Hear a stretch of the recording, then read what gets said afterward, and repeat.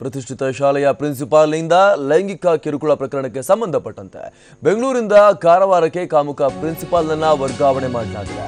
ಕಾರವಾರಕ್ಕೆ ವರ್ಗಾವಣೆ ಮಾಡಿ ಈಗ ಶಾಲಾ ಆಡಳಿತ ಮಂಡಳಿ ಆದೇಶವನ್ನು ಹೊರಡಿಸಿದೆ. ಸದಾಶಿವನಗರ ಠಾಣಾ ವ್ಯಾಪ್ತಿಯ ಪ್ರತಿಷ್ಠಿತ ಶಾಲೆ ಇದು. ಪ್ರಿನ್ಸಿಪಾಲ್ ವರ್ಗಾವಣೆ ಈಗ ಅನುಮಾನಕ್ಕೆ ಕಾರಣವಾಗಿರುವಂಥದ್ದು.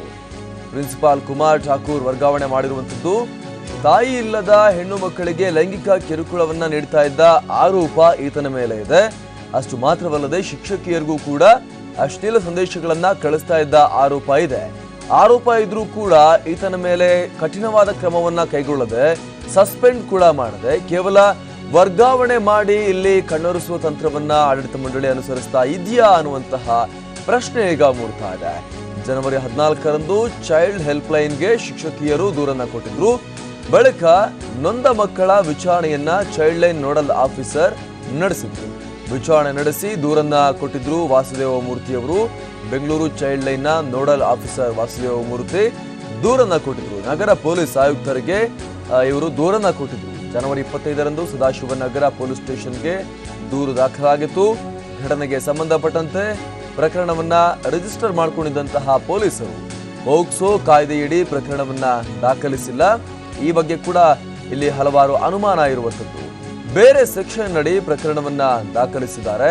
ಈ ಬಗ್ಗೆ ಪೊಲೀಸರ ವಿರುದ್ಧ ಕೂಡ ಆರೋಪವನ್ನ ಮಾಡಲಾಗ್ತಾ ಇದೆ. ಅಪ್ರಾಪ್ತ ಬಾಲಕಿಯರ ಮೇಲೆ ಲೈಂಗಿಕ ದೌರ್ಜನ್ಯದಂತಹ ಆರೋಪ ಬಂದಾಗ ಪೋಕ್ಸೋ ಕಾಯ್ದೆಯಡಿ ಕೇಸನ್ನ ದಾಖಲು ಮಾಡ್ಕೋಬೇಕು ಅಂತ. ಆದರೆ ಈ ಪ್ರಕರಣದಲ್ಲಿ ಹಾಗೆ ಆಗಿಲ್ಲ. ಜನವರಿ 25ರಂದು ಸದಾಶಿವನಗರ ಪೊಲೀಸರು ಕೇಸನ್ನ ರಿಜಿಸ್ಟರ್ ಮಾಡಿಕೊಂಡಂತ ಸಂದರ್ಭದಲ್ಲಿ ಪೋಕ್ಸೋ ಅಡಿಯಲ್ಲಿ ಪ್ರಕರಣವನ್ನು ದಾಖಲು ಮಾಡಿಕೊಳ್ಳದೆ ಬೇರೆ ಸಲೀಸಾಗಿ ಬಚಾವಾಗುವಂತಹ ಸೆಕ್ಷನ್ಗಳ ಅಡಿಯಲ್ಲಿ ಪ್ರಕರಣವನ್ನು ದಾಖಲು ಮಾಡಿಕೊಂಡಿದ್ದಾರೆ ಅನ್ನುವಂತಹ ಆರೋಪ ಇರುವಂಥದ್ದು. ಜನವರಿ 31ರಂದು ಪ್ರಿನ್ಸಿಪಾಲ್ನನ್ನ ಪೊಲೀಸರು ಅರೆಸ್ಟ್ ಕೂಡ ಮಾಡಿದ್ರು. ಫೆಬ್ರವರಿ 1ರಂದು ಆತ ಬಿಡುಗಡೆಯಾಗಿದ್ದ. 5.5 ವರ್ಷದಿಂದ ಪ್ರಾಂಶುಪಾಲನಾಗಿದ್ದಂತಹ ಆರೋಪಿ ಈತ. ಪ್ರಿನ್ಸಿಪಾಲ್ ಕೃತ್ಯಗಳ ಬಗ್ಗೆ ಪ್ರಶ್ನಿಸಿದ ಶಿಕ್ಷಕಿಯರಿಗೆ ಕಿರುಕುಳವನ್ನ ಕೂಡ ನೀಡಿದ್ದ ಅನ್ನುವಂತಹ ಆರೋಪ ಇದೆ. ಶಿಕ್ಷಕಿಯರ ವೇತನವನ್ನ ಕೂಡ ಕೊಡದೆ ಕಿರುಕುಳವನ್ನ ಕೊಟ್ಟಿದ್ದ ಆರೋಪ ಇದೆ. ಹಾಗೆ ವಾಟ್ಸಾಪ್ನಲ್ಲಿ ಅಶ್ಲೀಲ ಸಂದೇಶವನ್ನ ಕಳಿಸ್ತಾ ಇದ್ದ ಆರೋಪ ಕೂಡ ಇದೆ. ದೂರು ದಾಖಲಾದ ನಂತರ ಕರೆ ಮಾಡಿ ಮಾಹಿತಿಯನ್ನ ಕೊಟ್ಟಿದ್ರು. ವಾಸುದೇವ ಮೂರ್ತಿಗೆ ಕರೆ ಮಾಡಿ ಸಿಬ್ಬಂದಿ ಎಲ್ಲ ಮಾಹಿತಿಯನ್ನ ನೀಡಿದ್ರು. Bengaluru child line nodal officer ಆಗಿರುವಂತಹ ವಾಸುದೇವ ಮೂರ್ತಿ ಅವರಿಗೆ ಕಾಲ್ ಮಾಡಿ ಎಲ್ಲ ಮಾಹಿತಿಯನ್ನ ಕೊಟ್ಟಿರುವಂಥದ್ದು. ಪೋಕ್ಸೋ ಅಡಿ ಆರೋಪ ಇದ್ರೆ ಅಮಾನತು ಮಾಡಬೇಕು, ನ್ಯಾಯಾಲಯದಲ್ಲಿ ಶಿಕ್ಷೆಯಾದ್ರೆ ವಜಾಗೊಳಿಸಬೇಕು. ಆದ್ರೆ ಆರೋಪಿ ಪ್ರಿನ್ಸಿಪಾಲ್ನನ್ನ ಈಗ ರಜೆ ಮೇಲೆ ಕಳಿಸಲಾಗಿತ್ತು. ಪ್ರಿನ್ಸಿಪಾಲ್ನನ್ನ ಆಡಳಿತ ಮಂಡಳಿ ರಜೆ ಮೇಲೆ ಕಳಿಸಿ ನಾಟಕ ಮಾಡಿತ್ತು. ಈಗ ಏಕಾಏಕಿ ಕಾರವಾರದ ಶಾಲೆಗೆ ಪ್ರಿನ್ಸಿಪಾಲ್ನನ್ನ ವರ್ಗಾವಣೆ ಮಾಡಲಾಗಿದೆ. ಆದರೆ ಯಾವುದೇ ರೀತಿಯ ಕಠಿಣ ಶಿಕ್ಷೆಯನ್ನ ಕೊಡಲಾಗಿಲ್ಲ. ಸಸ್ಪೆಂಡ್ ಅನ್ನ ಮಾಡಲೇ ಇಲ್ಲ. ಈ ಪ್ರಕರಣಕ್ಕೆ ಸಂಬಂಧಪಟ್ಟಂತೆ ಆಡಳಿತ ಮಂಡಳಿ ಹಾಗೂ ಪೊಲೀಸರು ಕೂಡ ಸಾಫ್ಟ್ ಕಾರ್ನರ್ ಅನ್ನ ಇಲ್ಲಿ ಈತನ ಮೇಲೆ ತೋರಿಸ್ತಾ ಇದ್ದಾರೆ ಅನ್ನುವಂತಹ ಆರೋಪ ಈಗ ಕೇಳಿ ಬರ್ತಾ ಇದೆ.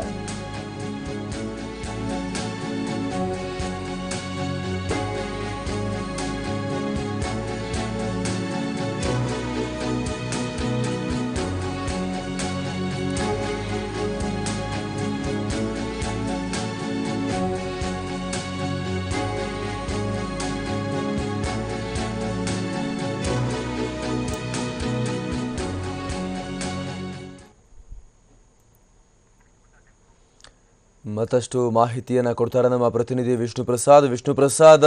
ಸಸ್ಪೆಂಡ್ ಕೂಡ ಮಾಡದೆ ಪೋಕ್ಸೋ ಅಡಿ ಕೇಸ್ ಕೂಡ ಈ ಪ್ರಕರಣದಲ್ಲಿ ದಾಖಲಾಗಿಲ್ಲ. ಅತ್ಯಂತ ಸಲೀಸಾಗಿ ಬಚಾವಾಗಲಿಕ್ಕೆ ಏನ್ ಬೇಕೋ ಅದನ್ನೆಲ್ಲ ಮಾಡ್ಕೊಡ್ತಿದ್ದಾರೆ ಈತನಿಗೆ. ಹೌದು ಅಮ್ಮ ಪ್ರಸಾದ್, ಈಗಾಗಲೇ ಪ್ರಕರಣಕ್ಕೆ ಸಂಬಂಧಪಟ್ಟಂತ ಈಗಾಗಲೇ ಕೇಸ್ ಕೂಡ ದಾಖಲಾಗಿತ್ತು. ಸದಾಶಿವನಗರ ಪೊಲೀಸ್ ಠಾಣೆಯಲ್ಲಿ ಸಹಿತ ಕೇಸ್ ರಿಜಿಸ್ಟರ್ ಮಾಡಿ ಇವರನ್ನ ಕಳೆದ ತಿಂಗಳು 31ನೇ ತಾರೀಕು ಬಂಧಿಸುವಂತ ಕೆಲಸವನ್ನು ಕೂಡ ಮಾಡಿತು. ಮತ್ತು ಒಂದೇ ದಿನದಲ್ಲಿ ಅವರು ರಿಲೀಸ್ ಆಗಿ ಹೊರ ಬಂದಿದ್ದಂತಹ ಘಟನೆಗಳು ಸಹಿತ ನಡೆದಿತ್ತು.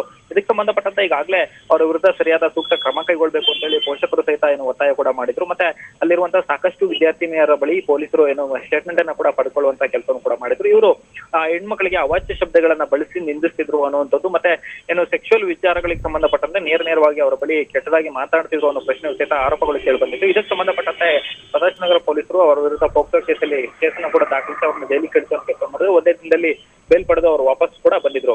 ಈಗ ಸದ್ಯ ಅವರ ವಿರುದ್ಧ ಏನೋ ಶಾಲಾ ಆಡಳಿತ ಮಂಡಳಿ ಇರ್ಬೋದು ಮತ್ತೆ ಪ್ರಮುಖ ಆಡಳಿತ ಮಂಡಳಿಯ ಹಿರಿಯ ಅಧಿಕಾರಿಗಳು ಅವರ ವಿರುದ್ಧ ಕ್ರಮ ಕೈಗೊಳ್ತಾರೆ ಅನ್ನೋ ಒಂದು ಭರವಸೆನ ಪೋಷಕರು ಇಟ್ಕೊಂಡಿದ್ರು. ಆದ್ರೆ ಇಲ್ಲಿ ಅವರ ಮತ್ತೆ ಅವ್ರನ್ನ ಸಾಫ್ಟ್ ಕಾರ್ನರ್ ಅವ್ರ ಮೇಲೆ ತೋರಿಸಿರುವಂತದ್ದು ಈಗ ಮೇಲ್ನೋಟಕ್ಕೆ ಕಂಡು ಬರ್ತಿರುವಂತದ್ದು. ಯಾಕಂತಂದ್ರೆ ಈ ರೀತಿ ಪೋಕ್ಸೋ ಪ್ರಕರಣಗಳಿಗೆ ಸಂಬಂಧಪಟ್ಟಂತೆ ಕೇವಲ ಆರೋಪ ಕೇಳ್ಬಂತ ಸಂದರ್ಭದಲ್ಲಿ ಅವ್ರನ್ನ ಅಮಾನತ್ ಮಾಡಬೇಕಾಗುತ್ತೆ. ಜೊತೆಗೆ ಏನೋ ತಪ್ಪಿತಸ್ಥರು ಅಂತ ಹೇಳಿ ಕೋರ್ಟ್ ನಲ್ಲಿ ಪ್ರೂವ್ ಆದಂತ ಬಳಿಕ ಅವ್ರನ್ನ ವಜಾಗೊಳಿಸುವಂತಹ ಸಾಧ್ಯತೆಗಳಿರುವಂತದ್ದು. ಆದ್ರೆ ಇವ್ರನ್ನ ಯಾವುದೇ ರೀತಿ ಕ್ರಮ ಕೈಗೊಳ್ಳದೆ ಕೇವಲ ಘಟನೆ ನಡೆದ ದಿನದಿಂದ ಅವ್ರನ್ನ ಇಲ್ಲಿ ತನಕ ರಜದಲ್ಲಿಟ್ಟು ಇವತ್ತು ಏಕಾಏಕಿ ಅವ್ರನ್ನ ಕಾರವಾರಕ್ಕೆ ಟ್ರಾನ್ಸ್ಫರ್ ಮಾಡುವಂತಹ ಕೆಲಸವನ್ನ ಈಗ ಶಾಲಾ ಆಡಳಿತ ಮಂಡಳಿ ಮಾಡುವಂಥದ್ದು ಸಾಕಷ್ಟು ಅನುಮಾನಗಳಿಗೆ ಎಡೆ ಮಾಡಿಕೊಡ್ತಿರುವಂತದ್ದು. ಮತ್ತೆ ಇದಕ್ಕೆ ಸಂಬಂಧಪಟ್ಟಂತೆ ಈಗಾಗಲೇ ಕಾರವಾರದಲ್ಲಿರುವಂತಹ ಆ ಶಾಲೆಯ ಏನು ಪೋಷಕರನ್ನಿದ್ದಾರೆ ಅವರು ಸಹಿತ ಇದಕ್ಕೆ ವಿರೋಧವನ್ನು ವ್ಯಕ್ತಪಡಿಸಿರುವಂತದ್ದು. ಆದ್ರೆ ಏನು ಹಿರಿಯ ಅಧಿಕಾರಿಗಳ ಆದೇಶದ ಮೇರೆಗೆ ಈಗ ಅವರು ಅಲ್ಲಿಗೆ ಹೋಗಿ ಈಗ ಡ್ಯೂಟಿಗೆ ಜಾಯ್ನ್ ಆಗಿದ್ದಾರೆ ಅನ್ನೋದ್ರ ಬಗ್ಗೆ ಮಾಹಿತಿ ಕೂಡ ಲಭ್ಯ ಆಗ್ತಿರುವಂತದ್ದು.